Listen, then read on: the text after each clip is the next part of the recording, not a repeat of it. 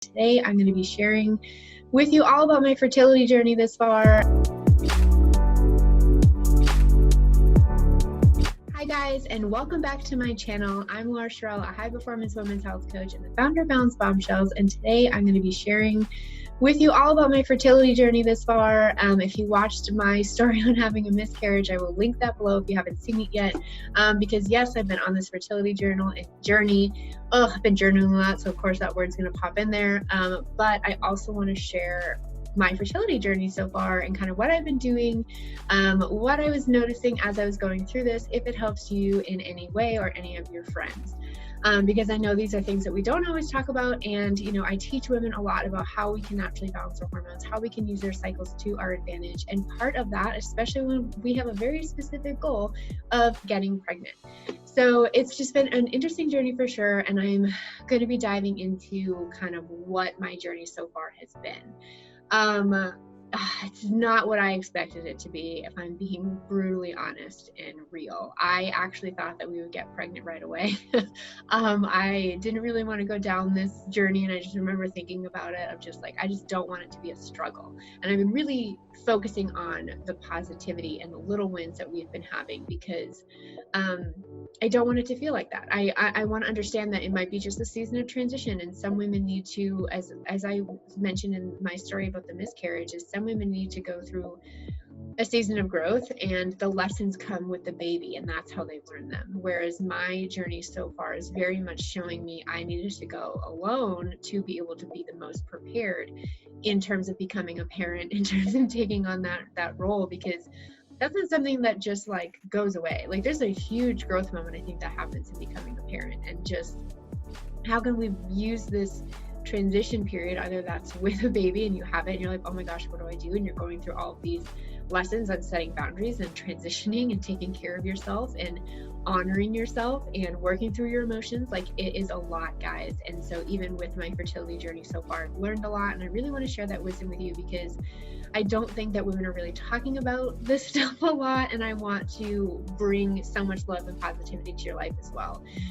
So my husband and I got married on May 3rd, 2019. So from when I'm shooting this video, we're about 2 weeks out from our 1-year anniversary, and we actually started trying as soon as we got married. So my ovulation actually landed on our wedding day. So it's just really interesting on how life kind of happens. So we started trying from when we got married and didn't get pregnant. And this is now, I'm so grateful for my job too, because it helped me pinpoint issues along the way that helped me so much. And that's what I wanted to share with you guys today. I have my tissues in case I need these. I feel emotionally strong right now, so I'm going to set them aside. So what I did notice was, after 2 months of trying, I was like, I just want to make sure everything's okay. I kind of just went into it of like, yeah, we're going to try. It happens when it happens. But I was like, I still want to be aware of, anything else I might need to pay attention to that I don't know yet. So my cycle, just to give you some background to kind of understand my hormone journey as well. I was on the pill for about 9 years, and I had been off of it now for 8 years, which sounds crazy. Or yeah, I guess 8 years now. Maybe I was on it for 8, whatever. But I've been off of it for 8 years, and I struggled a lot with a lot of period problems, very painful periods, a lot of cystic acne that came hormonally throughout my cycle. I struggled with PMDD, which is a more severe version of PMS. So that is like basically a lot of mood swings, a lot of emotional instability that you'll feel right before your period, a lot of bloating, a lot of acne, basically taking your slight PMS symptoms that women experience and multiplying them by 10. So that was my journey, and which led me into understanding women's health and now teaching it. And what really saved me was understanding cycle syncing, which is a functional medicine concept about partnering your food, your fitness, your lifestyle to your monthly cycle. And it's actually a really wonderful natural way to balance hormones. And that helped me dive into a lot of my emotional stuff that I needed to work on, what kind of vitamins and stuff I needed based on where I was at in my cycle. It helped me connect all of the dots to all of the things that women want to basically fix. So my situation now is my cycle has been a regular 28, 29 days, very predictable for the past 3 years. Before it was I didn't know until I started tracking my cycle that my period had been off. So it was about like 40 to 43 days, which is actually considered abnormal. So I actually worked really hard on regulating my cycle and getting it back to where it needed to be. And with that, I got rid of not only PMDD, but I got rid of PMS symptoms. So I'm actually part of the 10% of women who don't struggle with PMS. Like, hallelujah, ladies. In fact, like, once I learned that you can live without it, I did whatever was possible to figure out what was going wrong and how I could use that to my advantage. I also got rid of a lot of the period problems that would hold us back, and just understanding how I can use food and fitness more to my advantage, and then understanding our brain chemistry as it shifts and changes from week to week. But what happens is, like, from cycle phase to cycle phase, like your follicular phase to follicular phase, I'll drop a hormones 101 class below. If you haven't taken that class yet, it talks about cycle thinking and the 4 phases of our cycle and how you can dive into it. But what happens is it becomes very predictable. So this process is actually very intuitive once we know what to look out for. Just no one teaches us this, which is why I've dedicated my life to teaching you and other women in the world, because it has been so life-changing for me that I wanted to bring that same light and positivity to you as well. Because we are run by hormones. So just kind of like give you this backdrop before we get into the fertility, because I feel like it's so important, that leads you and like will set us up for a conversation. But hormones guide so much. It guides our mood, it guides our energy, it guides our thoughts, it guides our emotions, it guides our metabolism, it guides our digestion, like literally guides everything, which also goes into our fertility. So I didn't think I was going to have a problem because I had done so much work. So I really was like, oh my gosh, we're going to get pregnant right away. Let's be prepared for this. And of course that didn't happen. So after 2 cycles, I noticed that something was slightly off. So in fertility, in terms of everyday wellness, I never would have figured this out if I didn't have the new goal of trying to have a baby. Like, I would not have gone down that path. There's no way I would have figured it out. So once I started kind of understanding things, that's a year ago is when I started to study fertility and try to understand, not only for myself, but one day knowing to bring it to you, because we've had a lot of women in our community over the past few years ask for fertility services. So I knew it certainly for me, but also to help you as well. So I noticed that I had a slight discrepancy between my ovulation and when my period was coming. So our luteal phase is the phase that comes up after you ovulate, which is the time of the month in which women can get pregnant, to the start of your period. So you either are then pregnant or you get your period, like we all know that. So for fertility, you want your luteal phase to be 12 to 16 days long, and mine was 10 days. So I started to track like when I was ovulating to when I was getting my period, and that time span was 10 days, which actually was a little slightly off of what it needed to be to then get pregnant. So I remember thinking like, oh my gosh, if I didn't pinpoint this, we would have had a really hard time getting pregnant, basically. It would have kicked us into a journey of infertility. So I was like, oh my gosh, I'm so grateful for this. I'm so glad I figured this out. So what I did from there was I did a lot of research before taking any action, because I wanted to make sure that I was being very strategic with what I would be doing, because anything you do can change your hormone balance. So I really wanted to make sure that it was in the realm of what I needed. So what I did was I started studying a lot of herbs. And so I found one that would move ovulation up for the correct window for my cycle length. So if my cycle length was 28 days, I needed to be ovulating on about like day 14, 15. And then I took another herb that would elongate the luteal phase. So the thing with hormones too is that anytime you're making changes in your health, it's going to take an entire cycle for your hormones to reset. So anytime you're on like a weight loss journey, anytime you're trying to fix your period, anytime you're doing any sort of like goal with your body, this is how a woman's body works. And again, the hormones 101 class is really going to dive into what all of this is. So I knew I'm starting to take these herbs. They're going to be slow acting. It could take 2 to 3 cycles for them to fully work. And that's exactly what happened, just long story short. So each month I started noticing ovulation was moving up and my luteal phase was extending out. So I was ovulating on day 17 and then day 16. And then by the 3rd month, I was ovulating on like day 14, 15. So that was really helpful. And then the luteal phase was then elongating to the window in which I needed to be able to not only get pregnant, but stay pregnant. So just really understanding the science of everything. I find so much comfort in knowing the science and the biology of our bodies. And I know, like, not everyone is expected to know this. This is why you come and learn it, and this is why I teach it too, because I think it's so important for us to know how this all works. So one of the ways in which I figured that out was doing my I did it. It's like your body basal temperature. So like understanding what my temperature was each day, because the first part of our cycle is meant to be lower, and then after you ovulate, it's meant to be higher. So that really helped as well. That helped me pinpoint where the discrepancy was. And like, without trying to get pregnant, I'm not going to be testing my temperature every day. Like, let's be real. It's not going to happen, because I'm not going to lie, it can be pretty annoying. So that really helped me figure it out. And so by 5 months in, you can think like, oh my gosh, it was in 5 months in that it took her to get her cycle in alignment. But it's actually really quickly. So whenever I work with clients, I only work with them at the minimum of 3 months, because I need 3 cycle periods to be able to get women the results that they're looking for, because our hormones work in that way. So I knew, as hard as it was, like, I'm not going to lie to you, it was a really hard 5 months. I'm just like, is this going to happen? What's going on? And I was like, no, Laura, remember your truth.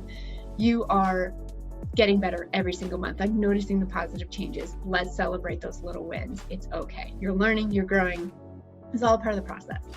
So by the 5 month mark, my body was in exact full alignment. And then from there, we got pregnant on our second real try. I put these in quotes because before then, we technically weren't really trying, like, we were trying, but it wasn't really going to stick. So we then got pregnant on our second real try, which we found out on December 24th, 2019, which was Christmas Eve, which was so exciting. So we were so happy. We took another test on Christmas Day, and it was like such a joyful time. But if you watch my miscarriage story, at our 9-week appointment, we went in and we found out that the baby's heart had stopped at 7.5 weeks, and we had to induce a miscarriage. And I'm going to link that story below so you can watch that if you are interested at all. So from there, that was obviously disheartening, but what I wanted to celebrate was the fact that we could get pregnant. The fertility plan that I put myself on worked like a charm. Like, not only did those herbs help, but I made some tweaks in my food and my fitness. And I also made some tweaks to what Tyler, my husband, was doing as well, because in our fertility, it's 60% the woman, 40% the man. And it's a two-way street. It's not just the woman on her own. I know a lot of men are just like, no, the girl can figure it out. And the woman will do so much stuff to get her body in balance, but he also needs to make changes as well. So thankfully, Tyler was on board. He let me use him as a guinea pig to kind of test out some fertility stuff for men. So that also really helped. It put our bodies as much as possible in alignment of where we needed to be able to support that. So I do have to admit, like, even when I was pregnant, I had a lot of nausea, which is a sign of a strong pregnancy. As annoying as it was really hard. I went from like 2 hours a day of morning sickness to 4 hours to like all day. But what I wanted to share with you was how I knew the part of fertility that I needed to focus on. So there's 3 steps in how to conceive, basically. The first one is, are you ovulating correctly? Because that needs to be on point, and some women are not. The second step is your egg and your husband's or your partner's sperm coming together to fertilize and like become a fertilized egg? And step 3, is it implanting? So those are the 3 steps that you need to take in order to become pregnant. So we all think like, oh yeah, it's so quick and easy, but there's actually quite a few steps that go into it, which I found really interesting learning. So I knew I was ovulating correctly. And that's part of what I teach women too, is how to figure that out, especially if you're not, like, you want to make sure that you are. And then I knew that we were fertilizing an egg and a sperm together, because out of those 7 months, 4 times out of those months, I felt nauseous before my period, which is not a symptom for me of getting my period. That's very much a pregnancy symptom. So I would feel nauseous the week before my period, and I would tell my husband, I was like, I think we're pregnant, basically. And I know a lot of women feel this too, like they just believe and truly feel like they're pregnant, and they most likely are, but the egg either didn't implant and you get your period, or your body could tell that it wasn't viable and it lets it go and you basically miscarry. And I'm putting this in quotes. because you let it go before your missed period. Or some women might realize that their period is a bit delayed, and then they get it, and then like they're like, oh, I could have sworn I was pregnant, like I really felt it. They might have well been. So I really didn't use that as a poor me, this isn't working. I really looked at it as it's working, and it really led me to understand, like, Tyler and I are coming together pretty well. Like we can do this. Like we are strong, we are capable, we're doing this. Which led me to that third part, it's not implanting. So that's when I knew the short luteal phase of what I was going on. Like you need to have enough progesterone in your body to have a long enough luteal phase, which will then help with implantation to then carry on a happy and healthy pregnancy to then deliver a baby. So just understanding that helped me pinpoint the part of the fertility process that I needed to pay attention to. And once you know what to pay attention to, that's when you can get really strategic with your habits and show up the way that you need to. And that's when, like, I knew what herbs would then benefit because of what I knew I was struggling with. So like, you don't want to take herbs and supplements and stuff unless you need them. Like you really don't want to screw around with this stuff because it can change the chemistry of your body. It can change your hormone status. So you do want to speak with a professional and understand what's going on. So I am well versed and well researched in women's health, and I know what to look for. So I very much was educating myself on it.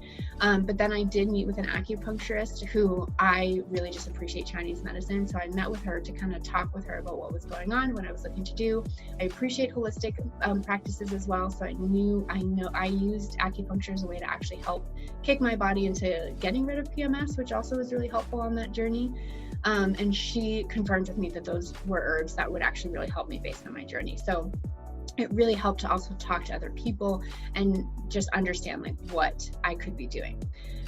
So after we had our miscarriage, it was advised that we not try again for another full cycle. So they wanted me to take a month break of like basically everything, because I had done the induced miscarriage where they give you medication to basically induce and kick your body to get rid of the no longer viable pregnancy, and it opens your cervix. So with that, the way they were explaining it was like we were at a higher risk of infection in the uterus. So if we got pregnant too soon, basically we could actually have an infection, and it could actually like cause another miscarriage and cause more damage long term. So we were like, we're going to take that seriously and take a break and allow my body to rest, and like let's just collectively calm down and come back to our space. So that's where we've been at. So that was about a month ago is when we like cleared all of that. So that was really helpful. And I am going to be creating a video that goes over a lot of the questions that you guys have been asking about fertility. So I just wanted to share this part of the journey. I know that there's going to be many women kind of coming on here and wanting to learn all of this, where you can watch all of the videos, or you're like, hey, I just wanted a piece of this. I don't really care about the questions people are asking you. Like, I totally understand, and I'm not offended whatsoever. So that so far is where our fertility journey has been. And I do really want to celebrate the fact that my body feels strong and capable, because I know some women might be on a longer journey, but then when I also take a moment and take stock, it's like I've been balancing my hormones and kind of being on this journey for the past 4 years. So it's just been interesting of how much you learn and grow, and how much it challenges you to go to that next step. So I hope this helps. I will link below the Hormones 101 class if you want to learn the different cycle phases and kind of understand your body a little bit. Also the miscarriage story if you want to hear about what happened during that part of the journey. And then I'm also going to be linking the questions that you guys have been asking to share more of our journey and dive into the nitty-gritty of what you guys want to know about fertility and miscarriage, and I'm happy to share.